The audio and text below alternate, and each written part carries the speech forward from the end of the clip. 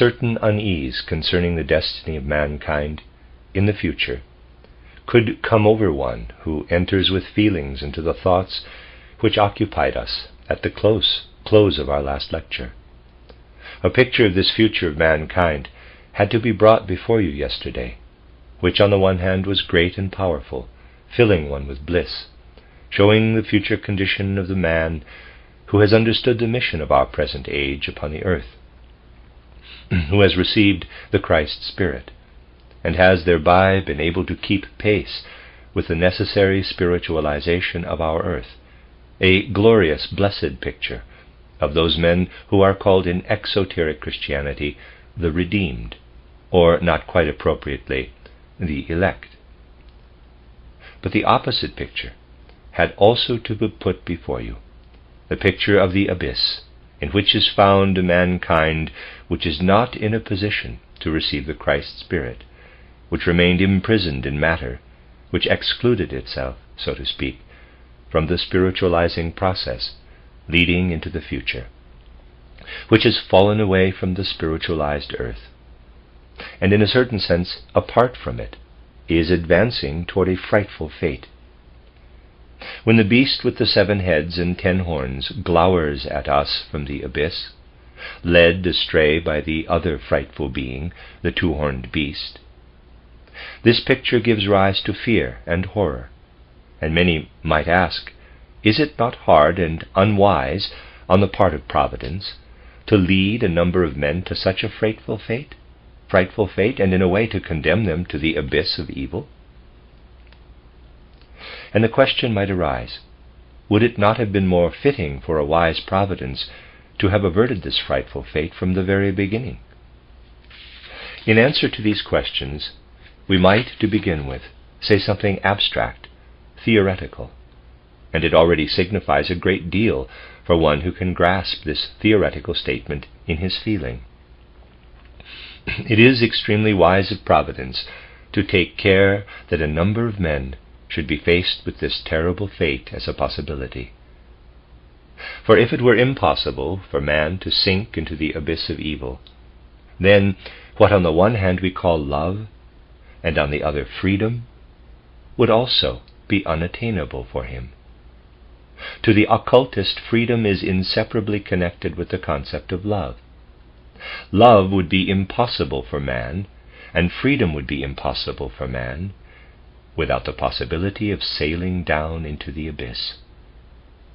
A man unable of his own free decision to choose good or evil would be a being only led on a leading string to a good which must be attained of necessity, and who had no power to choose the good of his own fully purified will by the love which springs from freedom. If it were impossible for man to follow in the trail of the monster with the 2 horns, it would also be impossible for him to follow God out of his own individual love.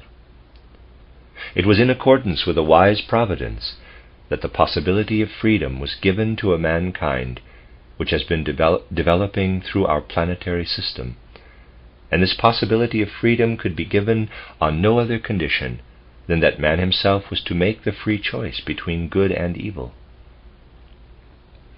But this is only an empty theory, you might say, and man rises but slowly to the point where he not only says this in words, and accepts it in moments of speculation as a kind of explanation, but also experiences it in his feeling. Seldom does man now rise to the thought, I thank you, O wise Providence, that you have made it possible for me to bring you a love which is not forced, but springs up free in my own breast, that you do not force me to love you, but that you have given me the choice of following you. Nevertheless, man has to rise to this feeling if he wishes really to feel this theoretical explanation. We can, however, offer additional comfort, or rather another quieting assurance, from a clairvoyant observation of the world. Yesterday we said that only those who are already today entangled in some way in the prongs of the 2-horned beast, which leads men to the practice of black magic, have an almost inexorable leaning toward the abyss. And even for such as already now fall into the arts of black magic, it will still be possible to turn back in the future. Those who do not come at all into any contact with black magic arts, and this for the time being is the case with most people, may have some tendency in the period following the war of all against all toward final evil, but the possibility in the future of turning back again and following the good will be far greater than the compulsion unconditionally to follow evil. From these lectures it may be seen that for those who today turn to a spiritual conception of the world in order to live beyond the Great War into the sixth epoch, which is represented by the opening of the seals, there is the possibility to receive the Christ principle.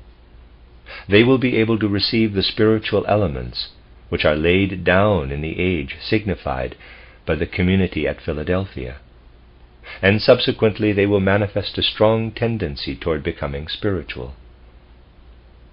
Those who turn today to a spiritual view receive a powerful disposition to enter upon the upward path. One must not fail to recognize how important it is that even at the present time a number of persons should not turn a deaf ear to the so-called anthroposophical world conception, which is bringing to mankind in a fully conscious manner the first germs of spiritual life, whereas formerly this took place unconsciously. That is the important thing, that this portion of mankind should take in the first conscious tendencies toward the upward movement. Through a group of people dedicating themselves today to the foundation of a great brotherhood, which will live over into the epoch of the seven seals, help will be provided for those others who today still turn a deaf ear to the teachings of spiritual science. For the present, we have still to go through many incarnations of the present souls before the great war of all against all, and again up to the decisive point after the great war. And afterward, in the epoch of the seals, we also have to go through many changes, and men will often have the opportunity to open their hearts to the spiritual world conception, which is today flowing through the anthroposophical movement. There will be many, many opportunities, and you must not imagine that future opportunities will only be such as they are today. The way in which we are able to make the spiritual view of the world known to others is still very feeble. Even if a man were now to speak in such a way that his voice were to sound forth directly like the fire of the Spirit, that would be feeble as compared with the possibilities which will exist in later and more developed bodies, in order to direct our fellow men to this spiritual movement. When mankind as a whole will have developed higher and higher in future ages, there will be very different means through which the spiritual conception of the world will be able to penetrate into men's hearts, and the most fiery word today is small and weak compared with what will work in the future to give all souls the possibility of the spiritual conception of the world, all the souls now living in bodies in which no heart beats for this spiritual conception of the world. We are at the beginning of the spiritual movement, and it will grow. It will require much obduracy and much hardness to close the heart and mind to the powerful impressions of the future.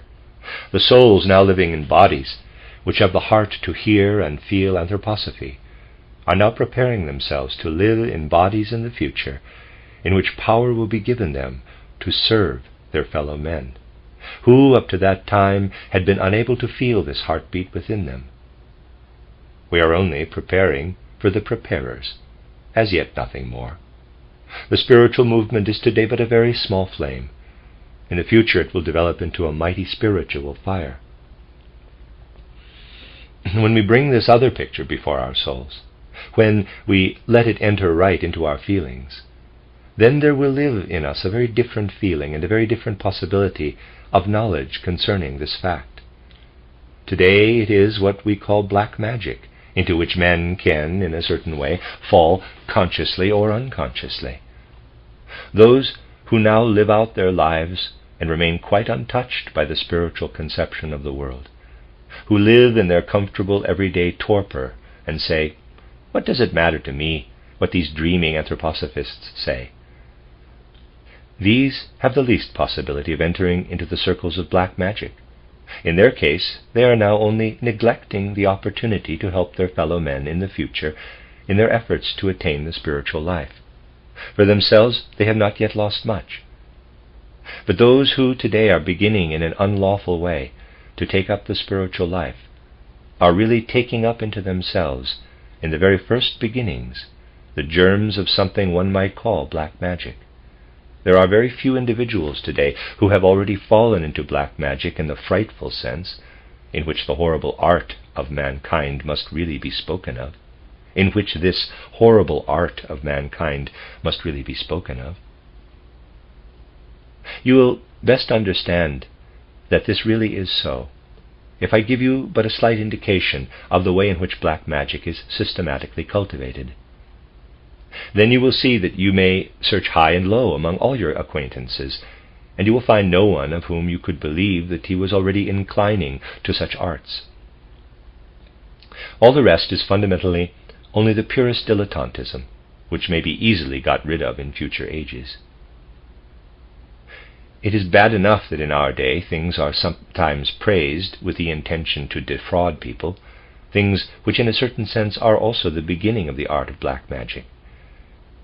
It is also bad that certain ideas are percolating, which, although they do not at all belong to the black art, nevertheless mislead people. These are the ideas which rule the world today in certain circles, and which can flourish amidst materialistic thought, but which, although not without danger, will not be irreparable in the next epochs. Only when a man begins to practice the ABC of black magic is he on the dangerous path to the abyss. The ABC consists in the pupil of a black magician being taught to destroy life quite consciously, and in doing so to cause as much pain as possible, and to feel a certain satisfaction in it. When the purpose is to stab or cut into a living being with the intention of feeling pleasure in that being's pain, that is the ABC of the black arts. We cannot touch upon the further stages, but you will find it horrible enough when you are told that the beginner in black magic has to cut and stab into living flesh, not as the vivisector cuts, that is already bad enough, but the principle of vivisection finds its overthrow in the vivisector himself, because in Kamaloka he will himself have to feel the pain he has caused his victims, and for this reason will leave vivisection alone in the future. But he who systematically cuts into flesh and feels satisfaction in it begins to follow the precipitous path of black magic, and this opens the way for him to draw closer and closer to the being described as the two-horned beast.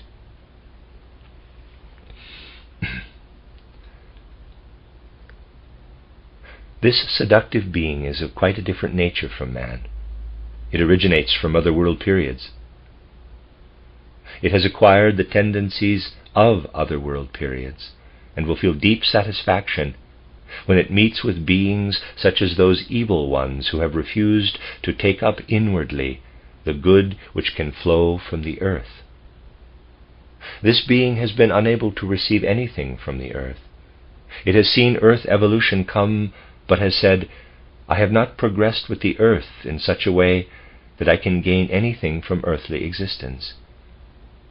This being could only have got something from the earth by being able to gain the rulership at a certain moment, namely when the Christ principle descended to the earth. If the Christ principle had been strangled in the germ, if Christ had been overcome by the adversary, it would have been possible for the whole earth to succumb to the Sorath principle. This, however, did not take place, and so this being has to be content with the refuse of mankind, who have not inclined toward the Christ principle, who have remained embedded in matter. They, in the future, will form his cohorts.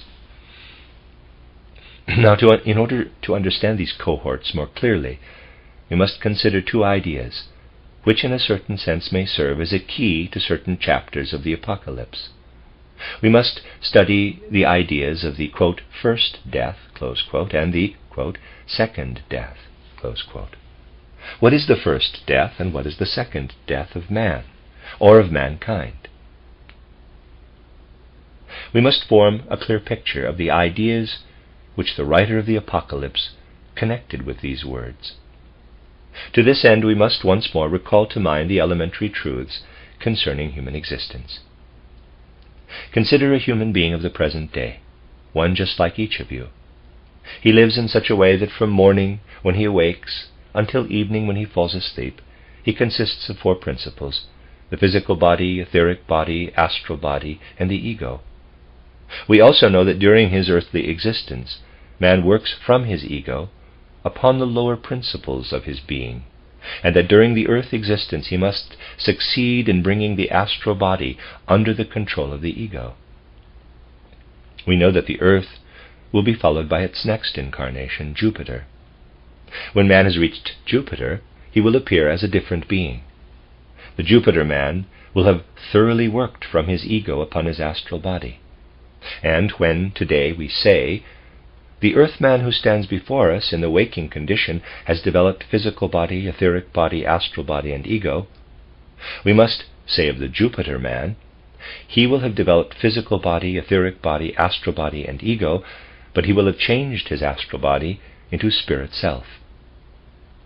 He will live at a higher stage of consciousness, a stage which may be characterized as follows. The ancient, dim picture consciousness of the moon, which existed also in the first epochs of the earth consciousness, will again be there with its pictures as clairvoyant consciousness, but it will be furnished with the human ego, so that with this Jupiter consciousness, man will reflect as logically as he does now with his day consciousness on earth. The Jupiter man, therefore, will possess clairvoyant vision of a low degree. Part of the soul world will lie open to him. He will perceive the pleasure and pain of those around him in pictures which will arise in his imaginative consciousness. He will therefore live under entirely different moral conditions. Now imagine that as a Jupiter man you have a human soul before you. The pain and pleasure of this soul will arise in pictures before you.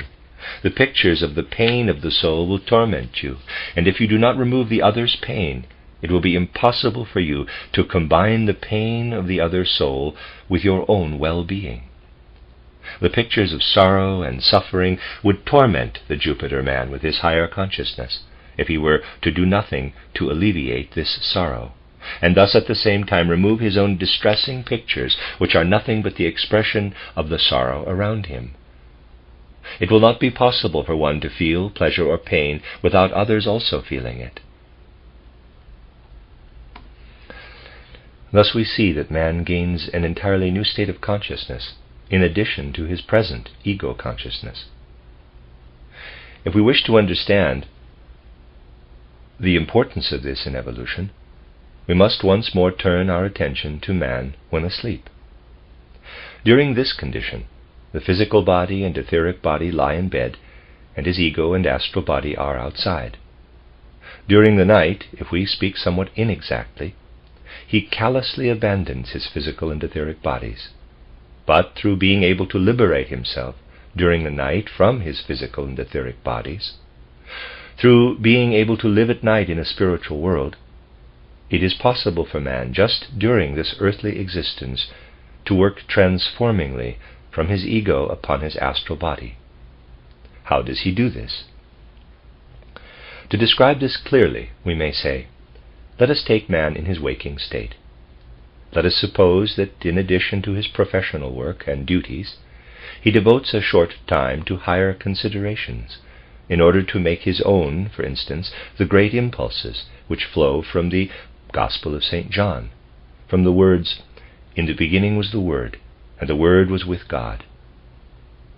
Let us suppose that he allows to rise within him the great pictures brought before him in John's Gospel, so that he is always filled by the thought, "At the beginning of our era, a being lived in Palestine whom I wish to follow.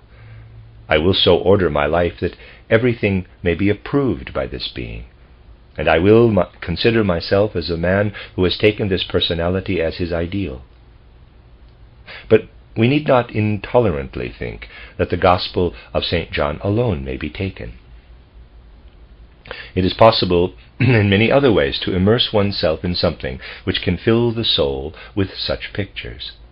And although in a certain way we must describe John's Gospel as the greatest that has arisen within mankind, exercising the most powerful effect, we may, however, say that others who devote themselves to the Vedanta wisdom, or immerse themselves in the Bhagavad Gita, or in the Dhammapada, will also have sufficient opportunities in following incarnations to come to the Christ principle, just through what they have thus acquired.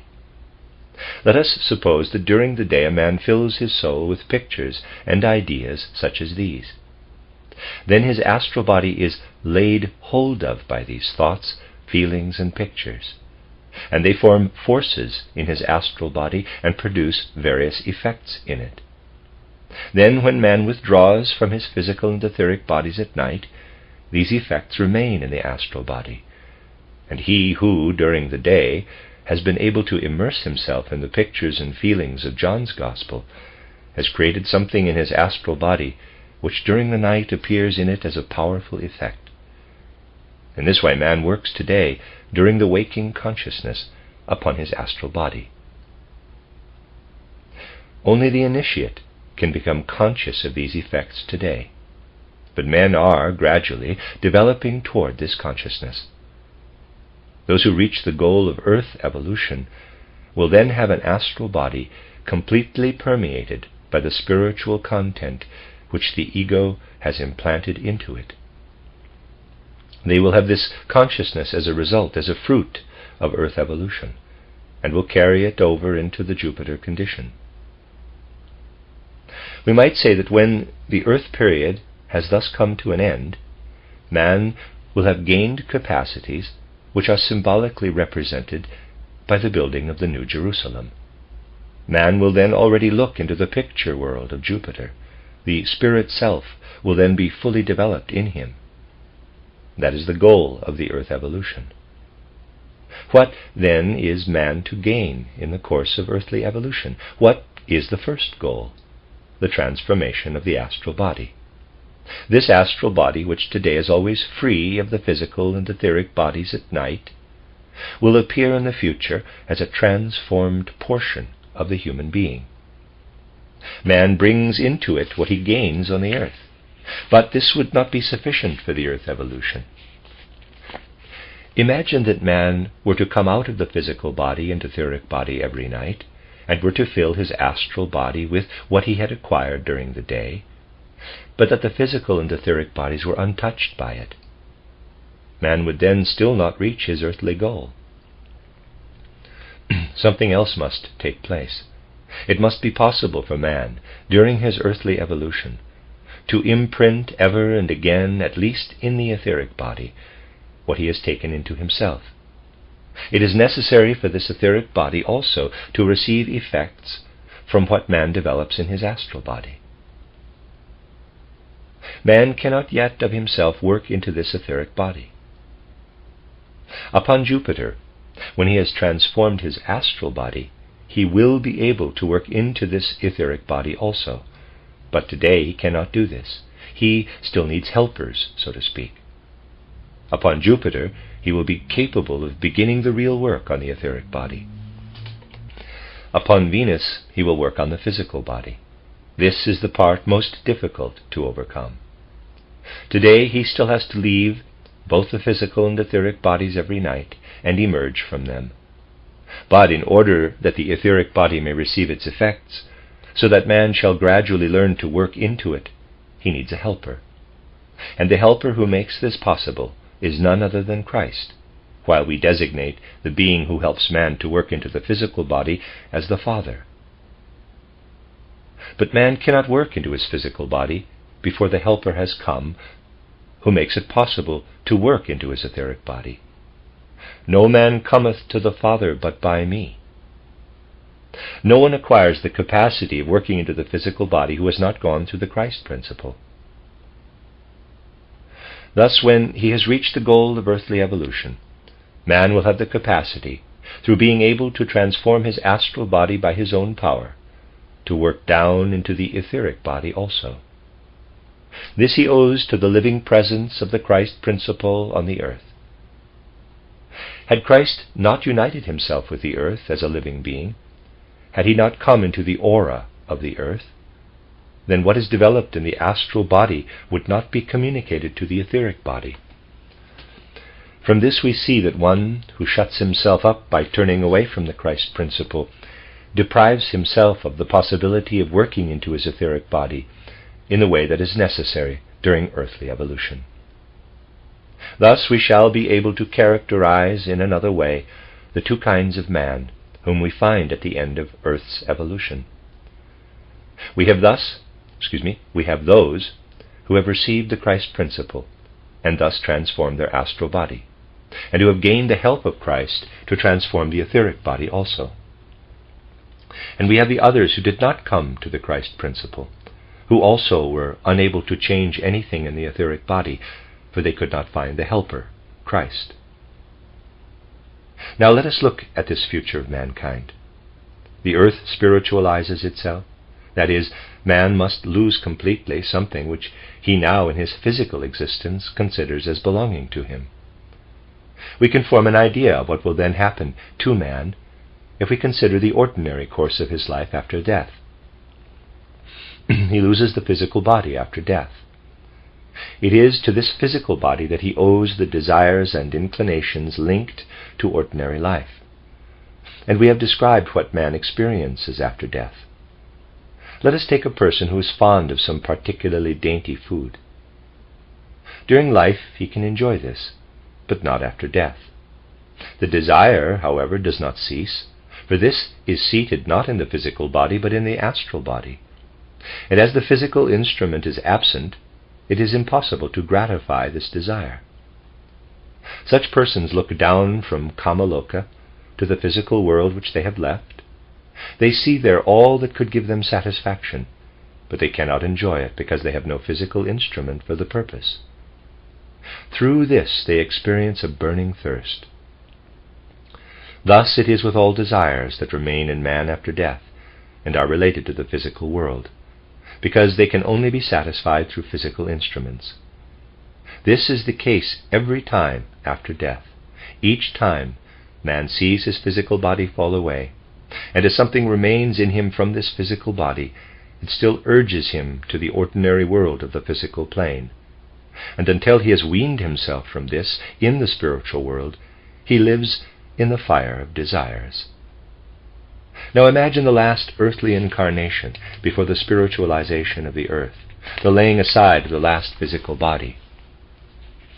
Those who are now living on the earth will have progressed so far through the Christ impulse that in a certain way it will not be very difficult for them to lay aside the very last physical body. They will, however, be obliged to leave something, for all that can give pleasure from the objects of this earth will have disappeared once and for all from the spiritual earth. Think of the last death possible in our earth evolution. Think of the laying aside of the last physical body. It is this last death of the incarnations which in the Apocalypse is called the first death. And those who have received the Christ principle see this physical body as a sort of husk which falls away. The etheric body has now become important to them, for with the help of Christ, it has become so organized that it is for the time being adapted to the astral body and no longer desires and longs for what is below in the physical world. Only with all that has been brought into the etheric body through the help of Christ do men continue to live on in the spiritualized earth. They have created a harmony between their astral body and their ether body. The Christ principle has created this harmony. On the other hand, there are those who have not received the Christ principle. These do not possess this harmony. They too must lose the physical body, but there is no such thing at first in the spiritual earth. Everything physical must first be dissolved. It remains as desires for the physical, as the unpurified spirituality, as the spiritual hardened in matter. An etheric body remains which the Christ has not helped to be adapted to the astral body, but which is suited to the physical body. They are the souls who will feel hot fires of desire for physical sensuality. In the etheric body they will feel unappeasable, burning desire by reason of what they have had in the physical life, and which they must now do without. Thus in the next period, after the physical has melted away, we have men who live in an etheric body which harmonizes with the astral body. And we have others whose etheric body lives in discord because they desire what has fallen away with the physical body. Then in the course of further evolution there comes a condition where the spiritualizing of the earth has proceeded so far that there can no longer be even an etheric body. Those whose etheric body completely harmonizes with the astral body lay aside this etheric body without pain, for they remain in their astral body, which is filled with the Christ being. They feel the laying aside of the etheric body as a necessity in evolution, for they feel within them the capacity to build it up again for themselves, because they have received Christ. Those, however, who in this etheric body desire what belongs to the past can also not retain this etheric body when all becomes astral. It will be taken from them, it will be torn out of them, and they now feel this as a second dying, as the second death. This second death passes unnoticed over those who have made their etheric body harmonize with the astral body through the reception of the Christ principle. The second death has no power over them, but the others feel the second death when they have to pass over into the future astral form. The condition of mankind will then be such that those who have reached the goal of evolution will have entirely permeated their astral body with Christ. They will be ready to pass over to Jupiter. Upon our earth they have made the plan of the Jupiter evolution. This is the plan which is called the New Jerusalem. They live in a new heaven and a new earth. That is Jupiter. This new Jupiter will be accompanied by a satellite, composed of those who are excluded from the life in the spiritual, who have experienced the second death and are therefore unable to attain the Jupiter consciousness. Thus we have those men who have pressed forward to the Jupiter consciousness, who have attained manas, and those beings who have thrust away the forces which would have given them this consciousness. They are those who only upon Jupiter have attained to the ego consciousness of the earth, who exist there, so to speak, as man now exists on the earth with his four members. But such a man can develop himself only on the earth. The earth alone has the environment, the ground, the air, the clouds, the plants, the minerals which are necessary to man if he wishes to gain what may be gained within the four members. Jupiter will be quite differently formed. It will be a new earth. Soil, air, water, and every being will be different. It will be impossible for beings who have only gained the earth consciousness to live a normal life.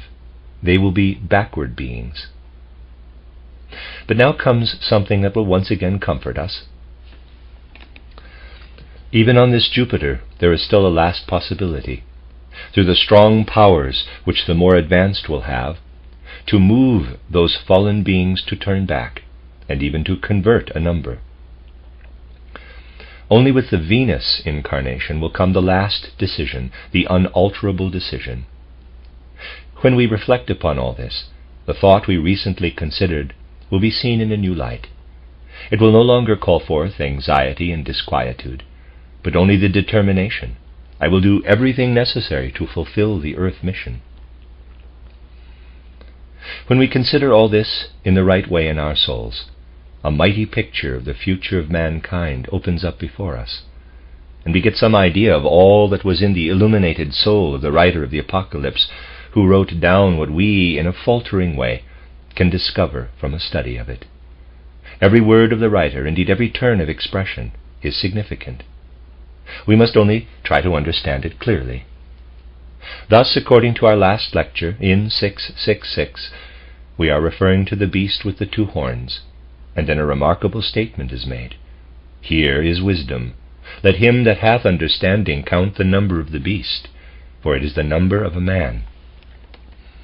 An apparent contradiction, but one of the many contradictions which are to be found in every occult work and exposition. You must be sure of one thing, that an exposition which runs so smoothly that the ordinary human intellect can find no contradiction in it is certainly not based on an occult foundation. Nothing in world evolution is so shallow and trivial as what the human intellect, the ordinary intelligence, perceives as free from contradiction. One must penetrate more deeply into the substrata of human contemplation, and then the contradiction will disappear. One who observes how a plant grows from root to fruit, how the green leaf changes into the petals, these into the stamens, and so on, may say, here we have contradictory forms. The flower leaf contradicts the stem leaf. But one who looks more deeply will see the unity, the deeper unity in the contradiction. So it is with what the intellect can see in the world. It is precisely in the deepest wisdom that it sees contradictions. Hence it must not disturb us when here in the Apocalypse we meet with an apparent contradiction. Let him that hath understanding ponder over the number of the beast, for it is the number of a man. We must once more consider by what means it may be possible for a man to be led astray by the two-horned beast. We have pointed out that since the middle of the Atlantean epoch, man has slept through the higher spiritual development, so to speak. This sleep still exists at the present time. But it was necessary. If it had not entered in, then what we call understanding, intellect, would never have been developed. Man did not possess this before our epoch. He acted from other impulses. His pictures drove him to action without reflection. He has lost this ancient gift of clairvoyant vision, and in its place he has developed intellect and has descended into matter. This has drawn a veil over the spiritual world, but at the same time the intellect has been acquired. This may be a great hindrance to spiritual development. At the very last, it will be nothing else but this misguided understanding, this misguided intelligence, which can prevent man from coming to the Christ principle. And if those who at last succumb to the two-horned beast could look back upon what has dealt them the worst blow, they would say, the tendency to descend into the abyss only came later, but what darkened the Christ principle for me was my intellect. Oh, let him who has this intellect reflect upon the number of the beast, for only through man having become human, that is to say, through his being gifted with this ego intellect, can he succumb to the beast 666. For the number of the beast is at the same time the number of a man, and only one possessing intellect can perceive that this is so. It is the number of that man who has let himself be misled by his intellect. Deep truths such as these are concealed in these things. Thus you see that the writer of the Apocalypse gives you a great deal when you reflect upon the various intimations we have given. He gives much of what we today call anthroposophical truths. He gives what he promises. He leads man to the vision of what is to come, to the vision of the beings and powers which guide the world. He leads us to the spirit given us in the first occult seal picture, and to the form presented in the last occult seal picture. Here we see how the regular form of the New Jerusalem is revealed to him spiritually. This is what is clairvoyant in it. The regularity of the New Jerusalem is indicated in the last chapter by its description as a cube, verse 16. To describe all this is, in this last seal picture, would take us too far. Parenthesis, see the seventh occult seal picture, close parenthesis. It is now necessary to point out for what purpose the Apocalypse was written. I should indeed have to say a great deal if I were to describe this in detail, but you can at least take away with you one hint, one which we find at a definite point in the Apocalypse. The writer of the Apocalypse says, "A time will come when that high degree of consciousness will actually have developed, when man will see the beings who direct the world, and beings represented by the Lamb, by the appearance of the Son of Man with the flaming sword." We are referred to this in tones which contain within them that assurance of which we have spoken. The writer of the Apocalypse, who is a great seer, knows that in ancient times men were gifted with a dim clairvoyance. We have described this and have seen how at that time men were the companions, so to speak, of beings in the spiritual world, and themselves saw the spiritual world. But who lost this gift of seership? Who? We must now put this forward as an important question. We have seen that fundamentally it was lost by those men who were led to the physical plane, the physical life, when the second half of the Atlantean epoch began. Man looked upon the solid formation of our earth, upon the clearly outlined objects of our earth. The ancient clairvoyance disappeared. He became conscious of his self, but the spiritual world was closed to him. The formations which in ancient times filled the air like an ocean of mist disappeared. The air became clear, the ground free. Man stepped out onto the free earth. This took place comparatively late. It coincided with the attainment of the present intellect, the present self-consciousness of man. Now let us remember what we said about this earth, as well as about the great event of Golgotha. If someone had observed the earth at that time from a distance with clairvoyant vision, at the moment when the blood flowed from the wounds of the Redeemer, he would have perceived that its whole astral aura changed. The earth was then permeated by the Christ force. Through this event, the earth will be able to reunite with the sun. This power will grow. This is the power which preserves our etheric body from the second death. Christ becomes more and more the earth spirit, and the true Christian understands the words, "He who eats my bread treads me underfoot." He considers the body of the earth to be the body of Christ. The earth as a planetary body is the body of Christ. Of course, at present, this is only at its beginning. Christ has still to become the earth spirit. He will unite himself fully with the earth, and when the earth later unites with the sun, the great earth spirit Christ will be the sun spirit. The body of the earth will be the body of Christ, and men must work upon this body. They began this when they stepped out upon the earth. They have worked upon this earth with their forces. In all traditions one can find something which is little noticed because it is little understood. Thus, for example, in the Persian tradition, we find that since the time men lost clairvoyant consciousness, they have become beings who have pierced the earth. While they live in the phase in which they pierce the earth, that is, while they work upon the earth, during this time, when they pierce the body of Christ, they do not see with clairvoyant consciousness the guiding powers, and above all they do not see the Christ face to face. But the writer of the Apocalypse refers to the time when not only the ancient clairvoyants will see the spiritual, but when mankind will again have come to the stage where it is possible to see the Christ being himself. All will see him, including those who have pierced him, those who had to pass through a portion of their evolution in cultivating the earth, in the piercing of the earth. They will see the Christ. For these sayings are such that they lead those who gradually learn to unveil them deep into the imaginative world of the mysteries, of the apocalyptic language. What then did the apocalyptist wish to write? What did he wish to represent? This question will be answered if we briefly refer to the origin of the apocalypse. Where do we first find what is written down in the apocalypse? If you could go back to the mysteries of ancient Greece, to the Orphic and Eleusinian mysteries, if you could go back to the mysteries of ancient Egypt, Chaldea, Persia, and India, you would find the apocalypse everywhere.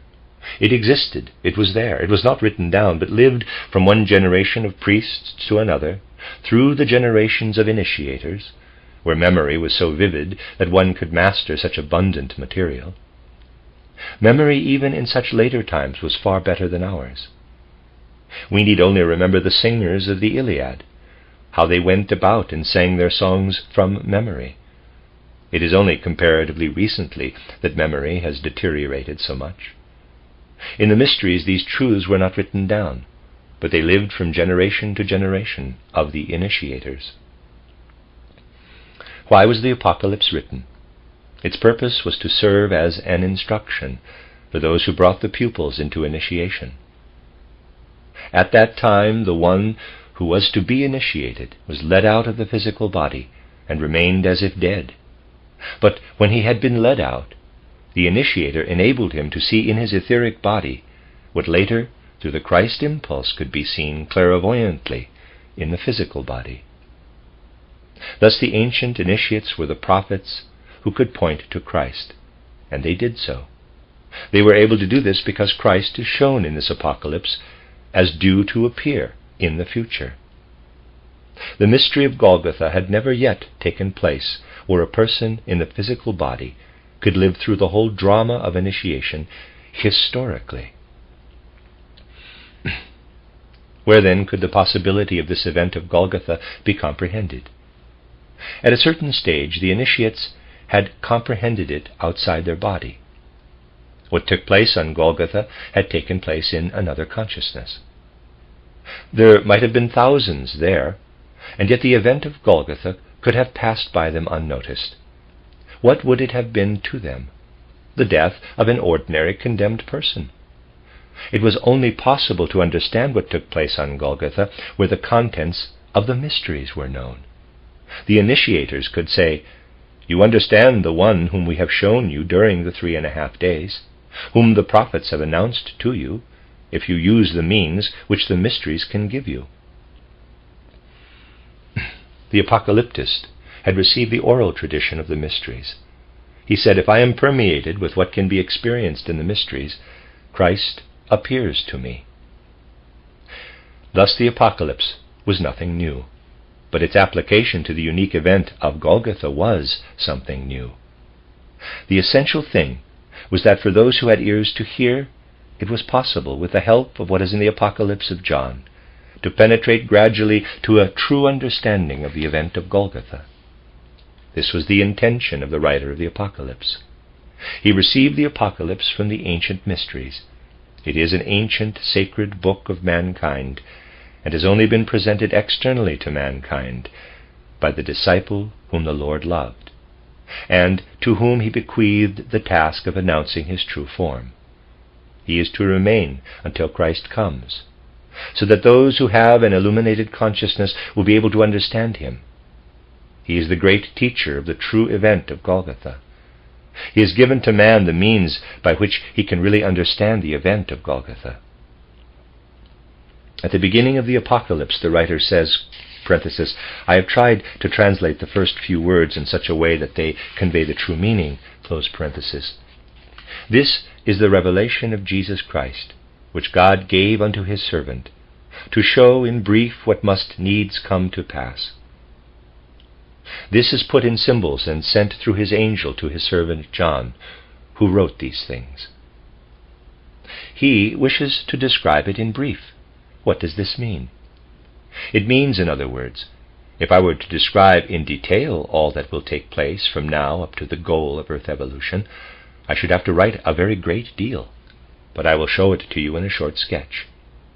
This the translators, who could not penetrate into the spirit of the Apocalypse, have translated as to show what must shortly come to pass. They thought that what is described in the Apocalypse was to happen in the near future.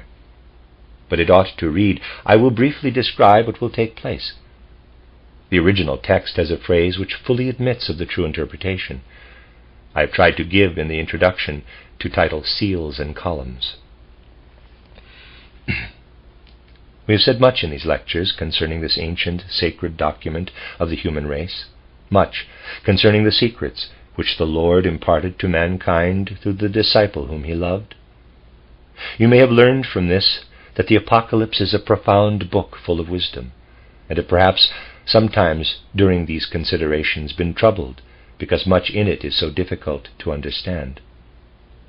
Now I should like to say one thing at the close of our studies. All that I have been able to say to you corresponds exactly to the intentions of the writer of the Apocalypse, and was always taught in this way in the schools which have kept to the intention of the writer of the Apocalypse. But it is by no means all that could be said, and one can go much deeper into the truths, into the foundations of the Apocalypse. And if we were to penetrate fully into all the depths, what I have been able to say to you would seem only like a first superficial presentation. It cannot be done in any other way. We can at first give only a superficial presentation. One must go through this. One has to begin with the elementary things, and then when one has gone a little further, greater depths will be found. For below the surface there is a very great deal of which we have been only able to unveil a very little. If you go further along the path, which in a certain way you have begun by turning your attention to the exposition of the Apocalypse of John, you will gradually penetrate into the depths of spiritual life. You will come into depths which cannot possibly be expressed today, because they could not be brought into consciousness, because no one has yet ears to hear. The ears must first be prepared to hear by such explanations as have now been given. Then they will gradually be there, ears able to hear the word which flows at such profound depths through the Apocalypse. If you have been able to receive a little of what could be imparted, you must be aware that only the most superficial things could be given, and of these only a few observations. May it give you the impulse to penetrate more and more deeply into what can only be surmised through these lectures. If I were to say only what can be said about the surface, I should have to lecture still for many, many weeks. These lectures can only be a stimulus for further study, and those who feel the impulse to penetrate more deeply into the Apocalypse will have received them in the right way.